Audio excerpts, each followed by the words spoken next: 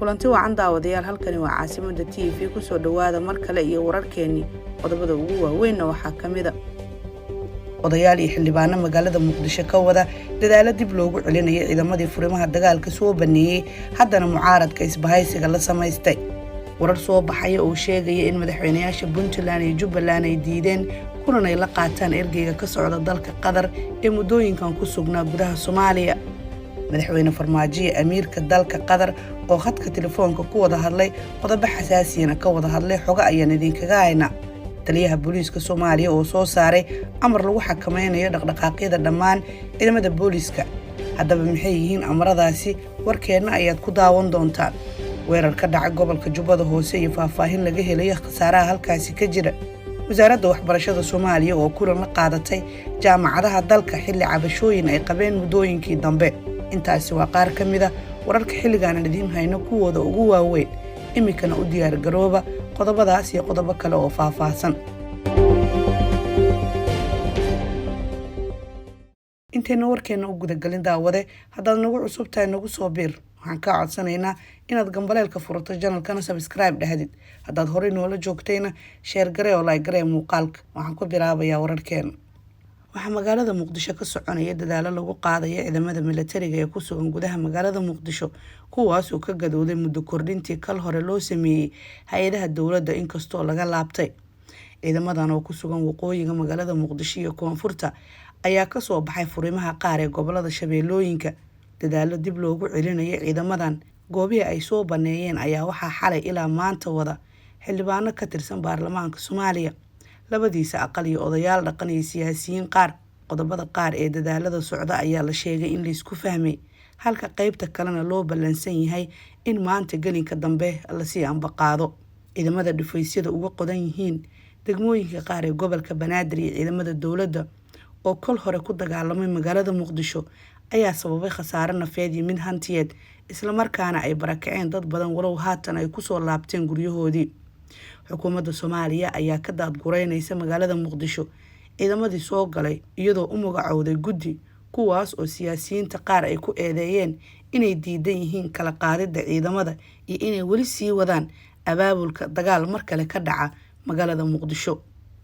madaxweynaha dowladda federaalka ee Soomaaliya Maxamed Cabdullaahi Farmaajo ayaa khadka telefoonka kula hadlay amiirka dalka Qatar Sheikh Tamiim bin Hamad Al Thani labadan mas'uul ayaa ka wada hadlay sida ugu wanaagsan ee loo xoojin karo xiriirka u dhaxeeya dawladaha Soomaaliya iyo Qatar madaxweynaha Soomaaliya Farmaajo iyo amiirka dalka Qatar ayaa sidoo kale ka wada hadlay xaaladda guud ee dalka Soomaaliya iyo sida Qatar uga qayb qaadan karto xalinta khilaafka arrimaha doorashooyinka ka taagan dawladda Qatar ayaa ergeyga gaarka ee wasaaradda arrimaha dibadda ee Qatar Dr. Mudlaq Al Qathani u soo dirtay gudaha Soomaaliya kaasi oo maalmahan ku sugan dalka ergeygan ayaa wada dadaalo lagu xalinayo khilaafka arrimaha doorashada Soomaaliya isla markaana la iskugu keenayo madaxda dawladda kuwa maamul goboleedyada iyo mucaaradka si loo helo xal siyaasadeed ergeyga ayaa la kulmay dhammaan madaxda ugu sarreysa ee dalka qaar ka mid ah madaxda maamul goboleedyada iyo gudoomiyaha gobolka Banaadir iyo sidoo kale madaxda musharaxiinta mucaaradka iyagoo kala hadlay sidii loo dhameyn lahaa xiisada siyaasadeed ee jirta dalkana loogu hagi lahaa doorasho xor oo xalaal warar soo baxay oo aan helayna ayaa sheegaya in madaxweynayaasha Puntland iyo Jubbaland ay diideen inay la kulmaan wafdiga ka socda dalka Qatar lamana oga sababta ka dambaysa arintaasi warbixinada xalka loogu raadinayo xiisada Soomaaliya ka jirta ayaa ergeyga gaarka ee wasaaradda arrimaha dibadda ee Qatar Dr. Mudlaq Al Qathani uu ururiyay ayaa lagu sheegay inuu kula laaban doono dalkiisa inta kadibna laga soo saari doono bayaan cad diidmada Puntland iyo Jubbaland ayaa waxa dadka arrimaha siyaasadda falanqeeya ay ku eedeynayaan inay u diidan yihiin xiriirka dhow ee ay la leeyihiin Imaaraadka Qatar iyo Imaaraadka ayaa inta badan waxay ku hardamaan sidoo midba midka kale uga soo dhaweysan lahaa Soomaaliya oo la shaqeyn lahaa taliyaha booliiska Soomaaliya ayaa soo saaray amar lagu xakameynayo dhaqdhaqaaqyada dhammaan ciidamada booliiska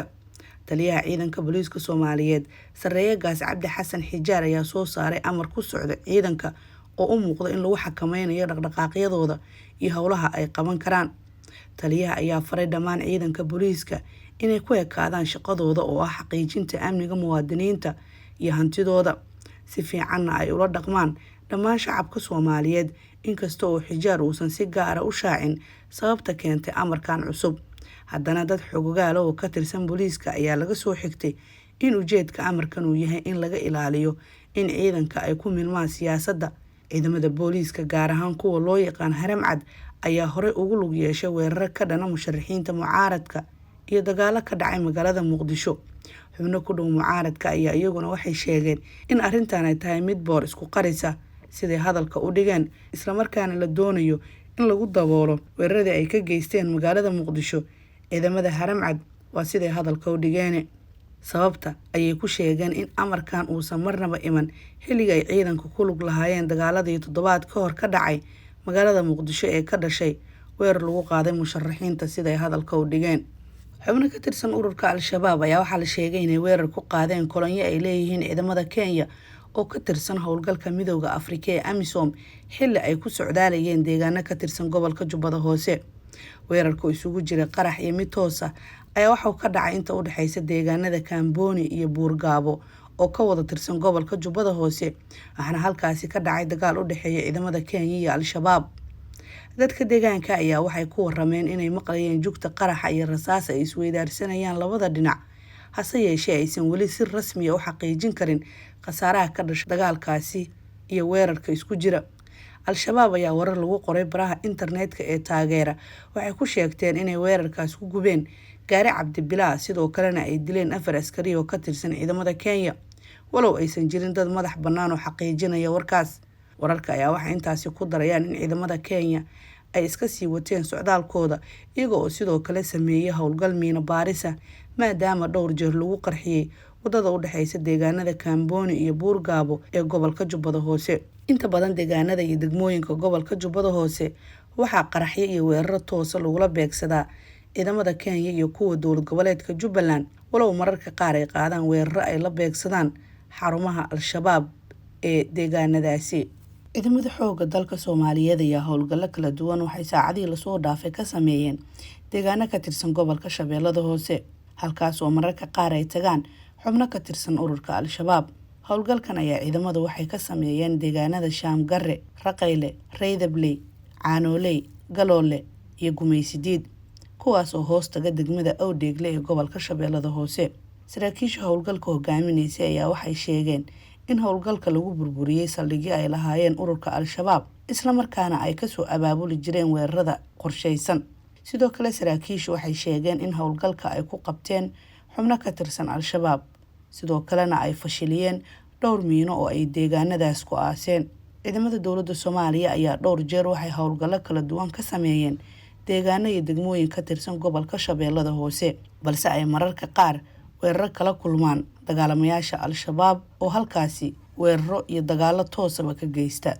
Wasiirka Wasaaradda Waxbarashada, Hidaha iyo Tacliinta Sare ee Xukuumadda Federaalka Soomaaliya, Injineer Cabdulaahi Abuukar Xaaji, agaasimaha guud ee Wasaaradda Waxbarashada Maxamed Caabi Xasan ayaa la kulmay madaxda jaamacadaha dalka, waxayna iska wareysteen sidii loo kordhin lahaa wada shaqeynta jaamacadaha iyo Wasaaradda Waxbarashada Soomaaliya, taasoo door fiican ka qaadan karta baa la yiri tayeynta waxbarashada sare ee dalka. Madaxda jaamacadaha ayaa soo dhaweeyay inay wada shaqeyn wanaagsan la yeeshaan Wasaaradda Waxbarashada, diyaarna u yihiin wax kasta oo lagu horumarin karo tayeynta tacliinta sare ee dalka. Jaamacadaha ayaa sheegay inay horey u qabeen tabashooyin kala duwan, hase yeeshee hadda ay kala hadleen madaxda Wasaaradda Waxbarashada qodobo badan oo muhiim u ah dhinacooda. Ugu dambeyn, wasiirka Wasaaradda Waxbarashada ayaa kula dardaarmay bahda jaamacadaha inay ka shaqeeyaan sidii waxbarasho tayo leh u heli lahaayeen ardayda Soomaaliyeed ee dalka gudihiisa wax ku barta, loona heli lahaa hab waafaqsan nidaamka caalamiga ee waxbarashada. Dhawaana la sameyn doono tirakoob ku saleysan tayada waxbarashada dalka. Ugu dambeyntiina, madaxweynaha dowladda Soomaaliya Maxamed Cabdulaahi Farmaajo ayaa madaxtooyada qaranka ku qaabilay qaar ka mid ah madaxda xarumaha warbaahinta gaarka loo leeyahay, waxaana ugu hambalyeeyay maalinta caalamiga ahayd ee xorriyadda saxaafadda oo shalay ku beegnayd. Madaxweynaha ayaa soo bandhigay siday mar walba dowladda federaalka Soomaaliya uga go'an tahay dhowrista xuquuqda iyo xorriyadda saxaafadda, iyadoo tallaabooyin muuqda loo qaaday dhan kasta, taasoo tusaale u tahay qiimeynta sanadlaha ah ee 2020 ay sameeyeen ururada u dooda warfidiyeenada uu xaqiijiyay in dalkeenu uu sameeyay horumar dhanka xorriyadda iyo xuquuqda saxaafadda. anigoo magacayga ku hadlaya waxaan rabaa inaan idinku hambaliyeeyo maalinta loo asteeyay xuquuqda hadalka. Madaxweynaha ayaa tilmaamay in dowladda federaalka Soomaaliya ay door muhiim ah siisay horumarinta saxaafadda iyadoo dadaal ku bixisay ilaalinta xuquuqda warbaahinta lana meel mariyay shuruuc iyo xeer ilaaliye u gaara saxaafadda si looga hortago tacaddi iyo meel ka dhac kasta oo ka dhanan warbaahinta. Dhankooda madaxda warbaahinta gaarka loo leeyahay ayaa madaxweynaha dowladda Soomaaliya la wadaagay inay lagama maarmaan tahay in dowladdu ay xaqiijiso xorriyadda iyo madax bannaanida warbaahinta. Waxay sidoo kale gaarsiiyeen dhacdooyin iyo falal ay tabasho ka qabeen iyagoo ka codsaday in arrimahaas wax laga qabto. Madaxda warbaahinta madaxa bannaan oo xalay kulan kula qaatay madaxtooyada Soomaaliya madaxweynaha Soomaaliya ayaa xusay inay u mahad celinayaan madaxweynaha dowladda Soomaaliya. Dhinaciisa madaxweynaha Soomaaliya ayaa wuxuu soo hadal qaaday shaqada wanaagsan ee warbaahinta Soomaaliyeed oo haysa dalka iyo dadka Soomaaliyeed, waxaana si weyn uga ammaanay doorka wanaagsan ay ka qaateen dowlad dhiska, wacyigelinta bulshada, la dagaalanka afkaarta xagjirka iyo taabagelinta dimuqraadiyadda. Warkii waad ka daawanayseen Caasimada TV waa naga intaan warkan warxiga ku kulmi doono nabadgelyo.